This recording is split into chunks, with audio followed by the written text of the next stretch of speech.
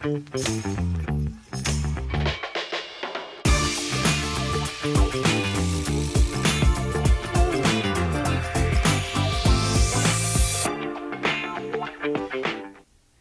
was the deadline to release the federal funds for the Gateway Tunnel. The Gateway Development Commission said this morning if the funds aren't released today, work stops at 5 p.m. Of course, this is a developing story.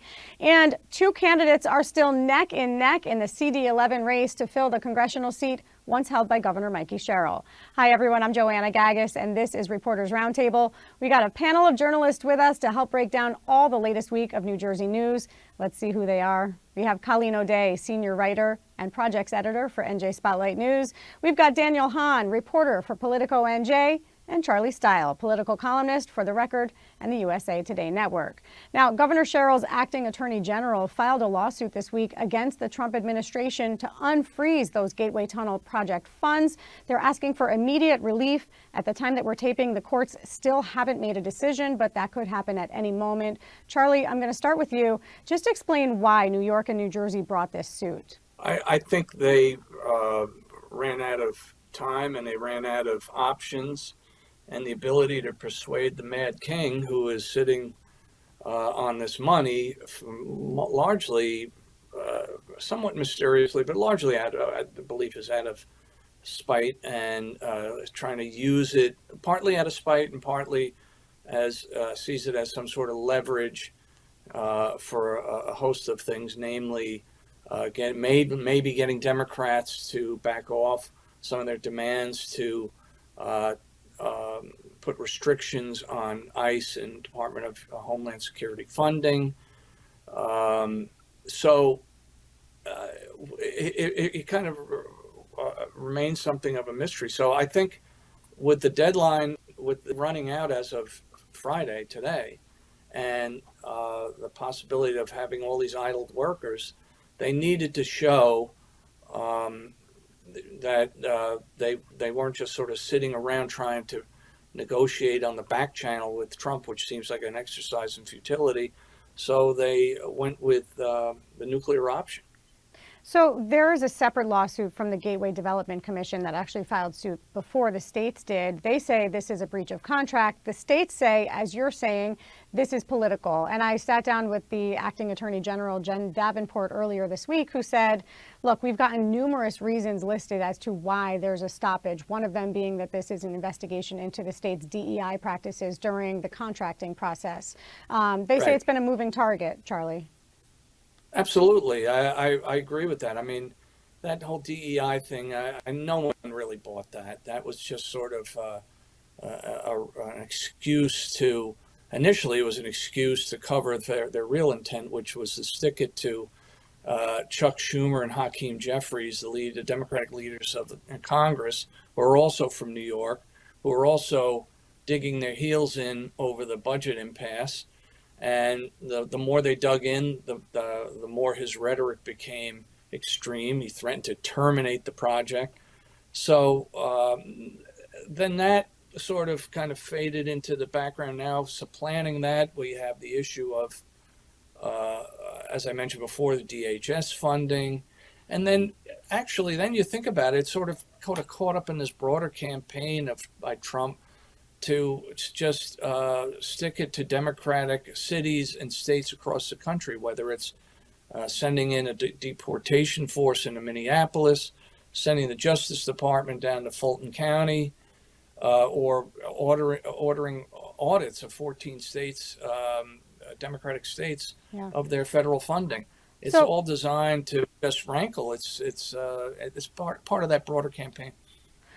The state says that there are a number of harms that we'll experience, from the loss of jobs to loss of transportation. If one of the tunnels, the existing tunnels that are more than 100 years old, goes down, this entire region economically would be impacted, as would the rest of the country. Colleen, I'm curious, because Charlie's saying that this is a way to stick it to Democrats. We know plenty of Republicans live in this area who would be impacted by that tunnel if it were to move forward. I want to ask you this, though, because the lawsuits are being heard in the Southern District of New York. Obviously, that's been a hot point politically in terms of things that have happened in that court. Do you think that in any way that favors the states, New York and New Jersey, by playing that court case out there?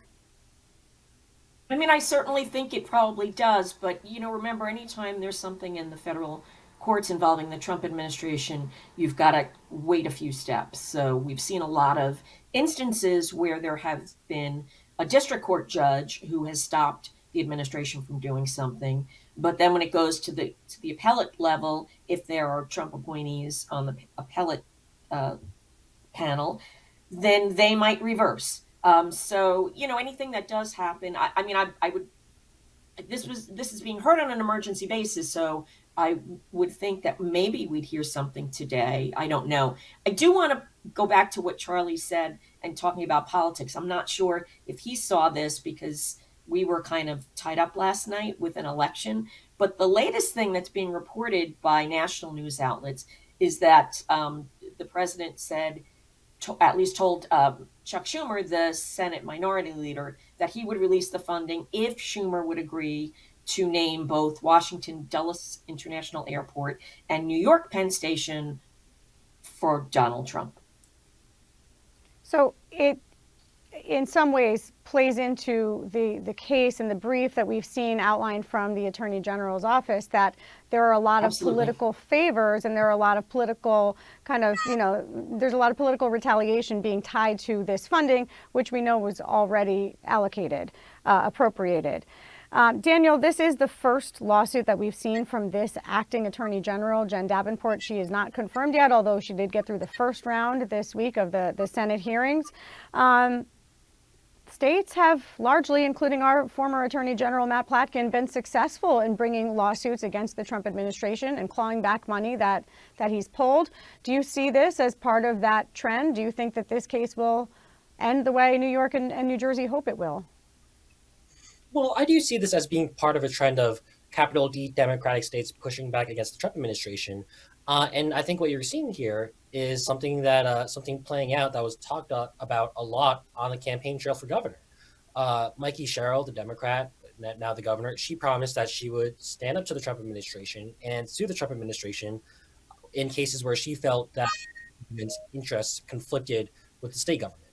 And then at the time, Republican nominee Jack Ciattarelli said that he would not be as keen to sue the federal government. So I think that's what we're seeing right now is a continuation of the debate that was on the campaign trail. And to your point earlier before, related, when you said that Republicans are also taking the train in, I think that this situation really sets up a difficult situation for incumbent Republican Congressman Tom Kean Jr., who's really in the state's most competitive, if not only competitive, House seat headed into the midterms. Yeah, how do you see Kean? Because we haven't heard much. And Charlie, I'm going to come to you because I've got a question for you too on this. But how do you see, Daniel, the Republican congressional delegation here in New Jersey handling this case? It seems to me they've been pretty quiet. Mm-hmm. Well, I think that Kean has the most to lose out of all this because right now New Jersey has 3 Republican members of Congress. Only one of those seats is truly competitive. Tom Kean Jr. is put in a really tricky position in all this, and given what appears to be an environment that's favorable to Democrats in 2026, you got to wonder, how much trouble is this going to cause Tom Kean Jr.? It seems like right now the answer is a lot. Yeah. Charlie, I know you've got something to add, but I just have to point out something that you wrote this week because I love this sentence. Sherrill's concerned that New Jersey's historic Big Dig project could be a big empty gash in North Bergen. Great sentence, great line there. But go ahead, you had something you wanted to add. I want to feed off what young master Daniel had to say. 100% right. And I also think, the Republican fortune, the fortunes of Republican candidates in New Jersey are about the least of Donald Trump's concerns. They're not on a radar. And if you don't believe me, ask Jack Ciattarelli. For sure. I mean, they're walking a fine line. They have little to gain and everything to lose if they push against the president right now. We've seen that. But you, Charlie, wrote a piece earlier this week where you looked at how so far Governor Sherrill is comporting herself when it comes to these types of cases, comparing her to former Governor Phil Murphy. How would you say they differ? Well, I think initially she has decided to, go right at Trump. She did make a big fuss about this on the campaign trail. And Murphy, the former ambassador, took a kind of diplomatic approach, stayed away from, didn't throw any sharp elbows too often. He actually dined with the president, showed up at his house after the assassination attempt. He kept the rhetoric down. And Cheryl is coming out pretty much taking off the kid gloves here. And again, this goes back to my original point. I don't think she really had too much of a. He's kind of made it easy for her on this score because he's holding up the largest infrastructure project in the country that's going to have ramifications, right through our economy and through our job base. Yeah, but we know that diplomacy has to exist, right? Governors have to work with presidents. Colleen, is she perhaps setting herself up for future frustration or the inability to get things done when it does come time where she has to work with the president? I mean, she certainly could be. I think that's why Phil Murphy was very cautious in terms of the way that he approached the president, because we know that Donald Trump likes nothing more than for you to compliment him and fawn all over him and kind of bend the knee. We have seen in other states where, governors have angered Trump, California and Illinois, for instance. Big ICE presence there, a lot of raids. Obviously, the worst has been in Minnesota, where Tim Walz ran with Kamala Harris against the Trump ticket. So I think it'll be interesting to see how this plays out. Yeah, we're going to switch gears. Lots more we could talk about there, but there's a huge other thing happening. If you live in the 11th Congressional District, where former Governor Mikey Sherrill once held the seat, it's been left vacant. A primary was held last night. Colleen, if you went to bed before 10:30, you thought there was an announced winner. If you woke up this morning and checked the news, you saw something totally different. How did that all play out? Yeah, Charlie and I were at the same place. We were in South Orange at, what did you call it, Charlie? Like kind of a hipster bar, where Tom Malinowski's Postmodern gathering hipster was. bar. There you go. It started out very buoyant. He had a huge lead at the start of the night. He came in about 8:40. People were hugging him. He didn't speak yet. He went into the back with his team, so nobody got to hear from him. And then after 9, it's kind of started to get closer and closer. I had my laptop there working, and I had a lot of people gathered around. We were looking up different counties, looking at what towns were still outstanding. Meanwhile, we saw the Decision Desk headquarters called the race. We saw Ken Martin, the head of the DNC, congratulate Tom Malinowski in an email. And then suddenly it flipped, and Analilia Mejia was on top. She remains on top there. Her lead is still about 500, a little less than 500 votes, which is a little less than 1%. Malinowski never did come out to talk to us. His campaign manager said they were going to be pursuing, in particular, the mail-in ballots, which had favored him, the early votes that came in. The same day votes, the people who went out and voted yesterday, were favoring Analilia Mejia. I know that she's been talking this morning. I think while we've been taping their next step, she said last night, I know that she wants every vote counted, but she seems like she's feeling pretty confident. And Malinowski put out a statement saying they're feeling pretty confident, even though they look like they're behind now. As more of the late arriving mail-in ballots come in, they think they might favor him. So it's a nail biter. We've been saying all along this race could come down to just a couple thousand votes. As we stand right now, it's a couple hundred votes. I mean, this is so narrow. Not surprising when you had 11 candidates in the race. But I think what was surprising was to see Analilia take Essex County. Daniel, he came in of the top 4 that we've been following in this race. He came in 4th. Were you surprised by that? Yeah, I think that it was a surprise to see how the favorite son of Essex County, so to speak, Brendan Gill, an Essex County commissioner, fared in the race. And this was someone who was endorsed by Governor Phil Murphy. I do think that that an early read on the election results, to the extent that we have them, is that ICE is really unpopular amongst Democrats. You saw Tom Malinowski really get clobbered by attack ads claiming him to have supported funding for ICE in what was somewhat something of a misleading attack by a pro-Israel super PAC. And then you had someone like Annalia Mejia, who really campaigned hard on abolishing ICE, and that was actually really a core part of her campaign platform. So then, between those two things, it really suggests that that was a really motivating factor amongst Democrats in this race. Well, let me ask you this, Daniel. How much do you think this is a snapshot of where the Democratic Party is, both in New Jersey and regionally, let's say, because across the country we know there's still plenty of moderate Democrats. Do you think it's a snapshot, or do you think it's a moment in time where Anna Lilia was able to capture the kind of anger of the moment because of all the ICE activity? No, I think it's a little bit of both. I think that a lot of backlash to the ICE activity is a little bit of just a snapshot in time, because we're coming off of a really high-profile ICE activity and federal immigration enforcement in Minnesota, where 2 American citizens were killed. And that's been really top of mind. That's been pulsing through the news cycle. A lot of Democrats have been looking at that.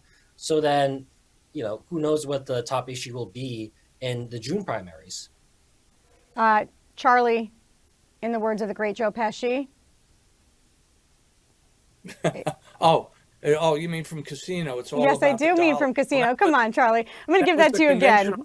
I dipped my pen initially early on in the night in the deep ink well of conventional wisdom, and said, hey, this is Malinowski's going to prevail because of the almighty dollar. He had it came to his aid, and especially helped fend off these attacks. And then by 9 o'clock, we discarded the conventional wisdom. So the money did probably help blunt the attacks, but then $2 million by AIPAC, basically framing him as a pro-ICE Democrat, which is just kind of ridiculous on the surface. But to the low propensity, or to the unknown voter, or voter as engaged, or just seeing Tom Malinowski in the 11th district for the first time, it might have had some effect. And then Brendan Gill was also hitting him on this score too. So let me break this down a little bit, right? So you mentioned AIPAC. For those who don't know, the American Israel Public Affairs Committee spent millions of dollars on a few attack ads, looking at a vote that Malinowski had while he was serving in the House. He did support a bill package that would fund Israel. He says he was one of all the Democrats in New Jersey's delegation to vote for it. And he says this was really a humanitarian aid package is what they were really voting for. Right. The irony of all of this, right, is that this AIPAC funding, this is a conservative group. Who did they get instead? They got another member of the squad, basically, is what we have. Very progressive Alan squad. It's been a harsh critic of Israel, particularly during its conduct of the Gaza war. And the irony here is AIPAC ostensibly was mad at Malinowski because he refused to just cut a blank check to Israel, which is, according to him, pretty much standard operating procedure in our relationship with other countries when it comes to foreign aid, including Israel. So he wasn't really, saying anything extreme, but by taking him down, they got, basically kind of their worst nightmare. Another member of the left-wing squad in Congress. And listen, we don't know for sure yet. The totals are not tallied. It could be several days. As we stand right now, Mejia is in the lead. Potentially. Right. Yeah, we just have a little bit of time left, and I want to get this in. We're going to switch gears a little bit. But Daniel, you and Matt Friedman wrote a really great piece looking at some of the campaign donations that were made. I shouldn't say campaign donations. Let's set this up. Some of the donations that were made to attend Governor Sherrill's inaugural ball. Break down how that all worked. What does a 501c4 have to do with all of this? Explain it.